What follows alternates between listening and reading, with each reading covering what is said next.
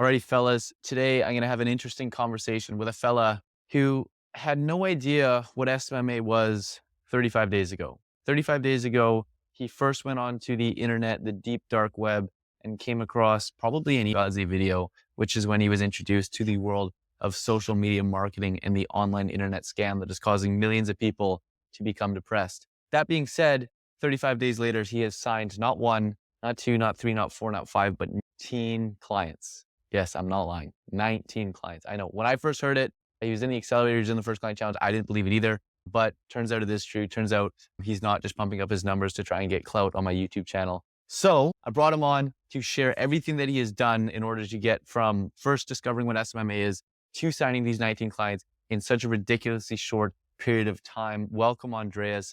I guess to kick this off, let's hear the story from your own words of, why did you, how did you even discover what SMMA was, all the way to how did you end up on my YouTube channel chasing clout? So I'm pretty sure it was an Imam Gaji video. And I think I saw something like it wasn't even like SMA related. It was like motivation or something.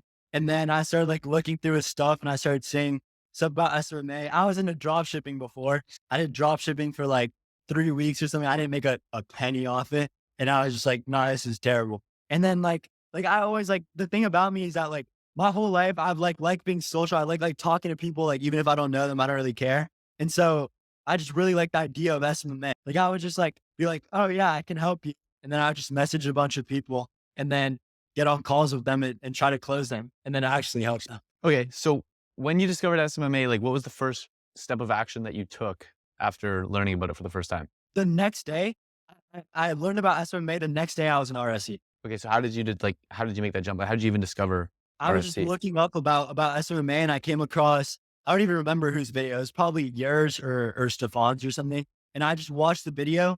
I liked it. And then I just joined the first client challenge. And then like a few days later, I was in the accelerator. And then 28 days later or 30 days later, or whatever, I'm in Okay, your so then show. when you join the first client challenge, like how does you go about picking your niche, your service, your offer, all that kind of stuff? Yeah. So I'm a semi-pro soccer player, right? So the number So one thing that semi-pro is you in just, like you're not good enough to be pro, yeah. but like you still want to say you're a pro. Yeah, I'm like decent, but like I can't like pump it that much. But yeah, so basically, yeah, I was just like the number one thing that you guys preach that I think is huge, especially for beginners, is like follow your passion. Like you're gonna if you like if I were to go into home improvement or like roofing, like I don't give a shit about roofing.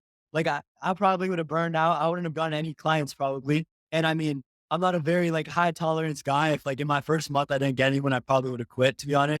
But Mhm. I just need that like that spark, that flare of like hope to keep me going. And I mean, now I got that because of you guys' strategies, in the first client challenge. Okay, so you picked your niche because you already had a passion, you already resonated, you already understand that industry in and out. After you picked your niche, how did you go about developing like your outreach scripts, or what were your strategy, or what were your mindset going into that in order to book these initial meetings? Yeah, well, I mean, the FCC like coaching calls and all that helped me a ton.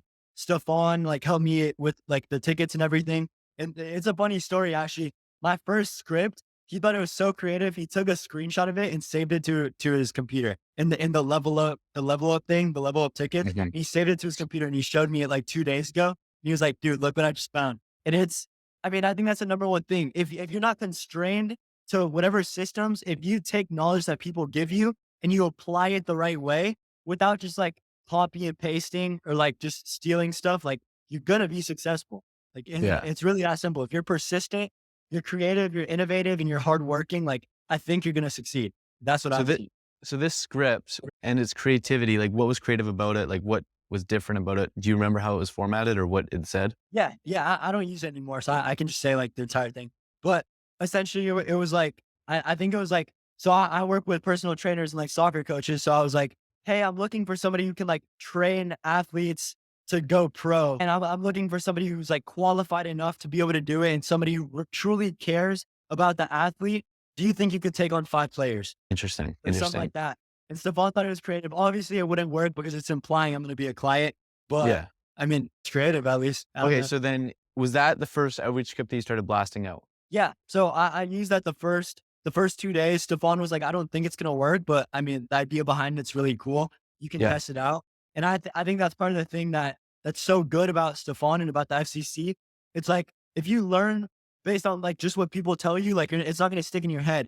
If you do something and you fuck up 1,000 times, I mean, you're probably going to remember it. And like, Yeah. I didn't get the best results from that script. And so I changed it. I kept on modifying it until I found the script that I use now, which works beautifully. Right. Sweet. Okay. So then after you started sending these initial outreach messages, what was the response rate like? Like, did you get good responses, bad responses? And then how did you turn, obviously you got some good responses because what it probably only took you a day, two, maybe 3 days to get your first client. How did you turn those good responses into a client? So my first 2 days, I think I got like maybe 3 or 4 responses and like 200 messages. I got my first client on day 5. Once I cracked that, it was just one client every single day. So sometimes I had double days, but also at the same time, that's like free trial clients. And so it wasn't that hard.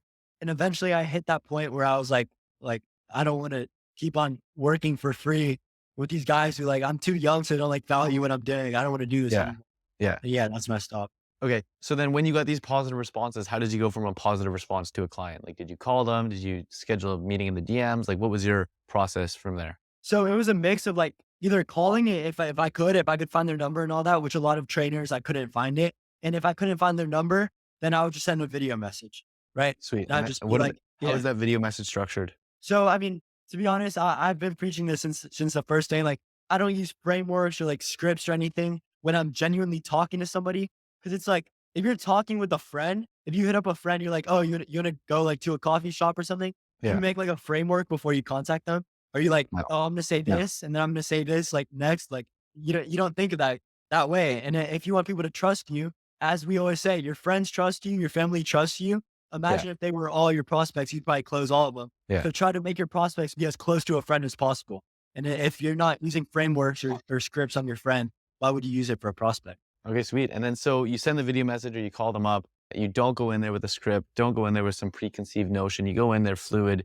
You go in there as if you're talking to a friend, because when you do that, you're going to come across as authentic. You're going to come across as genuine. You're actually going to be able to listen to what they have to say so you can provide value in return. I think a lot of the time, the reason why people struggle to provide value is because they're not even listening to what the prospect's saying, right? Yeah. They're following the script. And when the script doesn't align with the prospect's problems, well, now they're screwed, right? Yeah. So definitely, I can obviously see and obviously have tons of experience of that working, in real life scenarios. Yeah. So now that you got them onto the sales call or the demo call or whatever fancy buzzword that you attach to it, what did that look like? Like, how was that process? Like, walk us through like the process that you used from, initially logging into the Zoom waiting room lobby to closing that deal at the end of the Zoom call. Yeah. So at first I was very like, obviously, like Grant Cardone, I was very like buy my shit. Like, Yeah. I was super like very direct and just like, it showed them how much I cared and it showed my passion, which I Yeah. think is the reason most of them closed or all of them closed, I guess.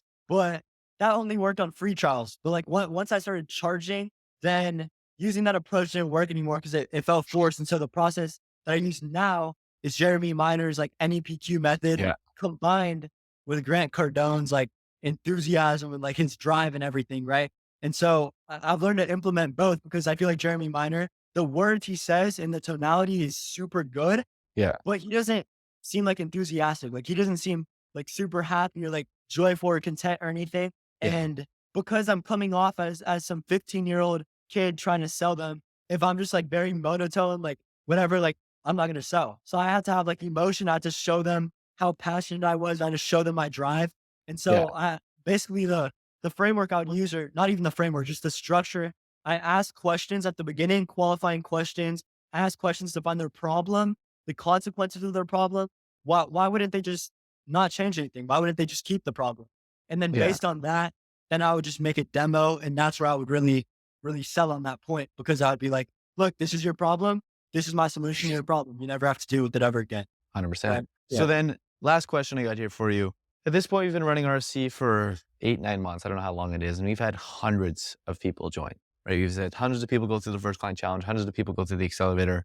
And then we have a small amount of people in the inner circle, but that's for a reason. I would put you in the top, 5 to 1%, right? Off the top of my head, there's been very few people that have come through RSC and, been able to implement this and, see the results that you have seen. And, one of the things that I say a lot, and I actually filmed a YouTube video today, and I went a little bit deeper into this, but it's like, the same information that people will call a scam is the same information that somebody else will go on to become a millionaire with. Yeah. Right. And so what do you think it is that you did differently from the, honestly small group of people, but yeah, obviously there is a group of people that may be in the first client challenge for 2 months and not get a client, right? Like we know, everybody knows that the average person gets their first client in like 13, 14 days. But that being said, there's people in there for 2 months. So what would you say to the person who's been in the first client challenge, or maybe they're not even in the first client challenge. Maybe they're just trying to get their first client and they've been at this for 2, 3 months. What would you say to them to help them get a client in the next 5 days? I would say, look, all those people, their goal is to be in the top 1%, right?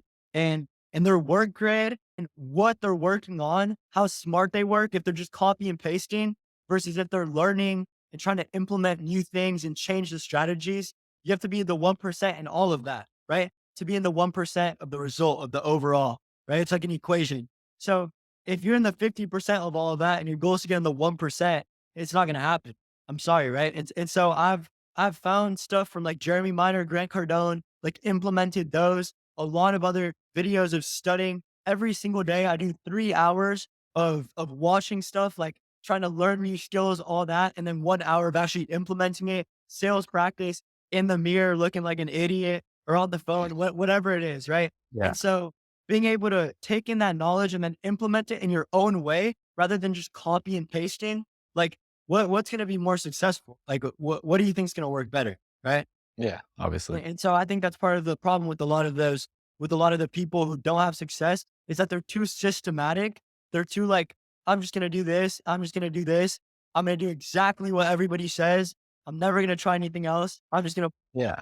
And maybe the pray. reason and maybe the reason why they're so systematic is because they come from the education system. They come from a 9 to 5. They come from a job Yeah. because, the way that we're brought up, we're taught to follow the system. We're taught to do this. We're taught that A plus B equals C, Yeah. right? But when you take that same mindset and you take that same approach into the world of entrepreneurship, it doesn't work out very well, Yeah. And right? I can speak on that because this summer I had an internship for 3K in 6 weeks lined up with one of my dad's colleagues. I quit it without saying a word. They didn't know. That's when I started SMMA. I've just been grinding the whole summer because I made a deal with them that by the end of summer, I had to achieve enough success for them to think about it as being able to replace their normal 9 to 5 route. And so I Yeah. followed that. Literally, I'm in an SAT program for during the whole summer. I haven't gone to a single call. They still don't know. I've been meeting with the guy in my insurance on Tuesday, so I'm completely done. Got boot.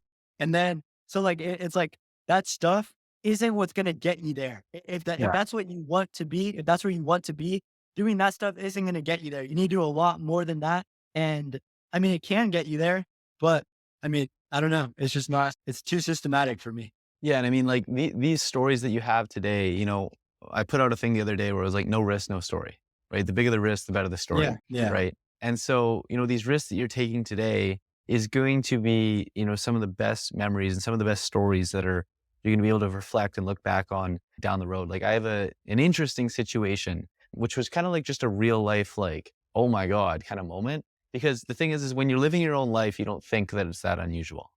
What I'm yeah, doing on a day-to-day basis, I'm like, whatever, right? But when you meet people, quote unquote, average people, what you're doing on a day-to-day basis could seem absolutely insane. And so earlier this week, I was away at this, I don't even know what it's called. I guess it was like a rodeo, I guess you could call that. And I met this individual and I was sitting down, I was having lunch with them and they started to like ask me about my life and whatnot. And, usually when I meet people in public, I tell them, oh, I'm a professional dog walker and my name is Dawson, right? Because I don't really I know that if I start to mention a little bit about what I do, a can of worms gets opened, right? yeah, And then so after that, they're like, oh, well, let me follow you on Instagram. And so they search me up on Instagram and I'm like, oh, Dawson, yep, this is the Instagram. And they search up the Instagram and they go, that's not you, right? And then they eventually, find out who I am. And then I begin to tell them some of the stories that I've had and some of the risks that I've taken. And I think within about this hour or two long conversation, they quoted me as the most interesting person they've ever met in their entire life. Right. And yeah. this was an individual that was living on a dorm going to college. Right. Mhm. And so these risks that we take today, because like I still take risks today, right? We were talking about a risk that I took before this call that I'm taking right Yeah, now. Right. yeah, The risks that we take today are going to be our best sales assets and is going to allow us to convey so much authenticity and so much trust in like the reason why you and I have this base layer of trust came from the stories and everything that you've heard about me and the risks Mhm. that I took 2 years ago. And I'll speak on that because the reason I joined the FCC is I saw the video of, I don't even remember what video it was, of you talking and how like you raised your hand in the middle of a Yeah. business class and you're the only one who said you wanted to be an entrepreneur.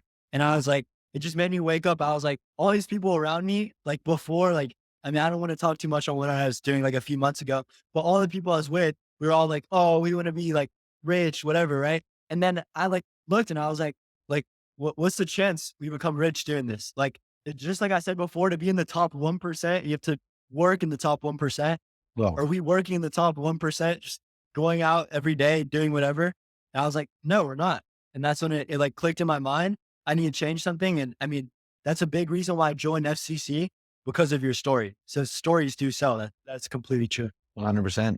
Alrighty. Well, appreciate your time. It was Sure, man. good to share the knowledge that you've learned to sign a ridiculous amount of clients in a very short period of time. Yeah. And I appreciate you having me on, spreading my clout on your YouTube channel.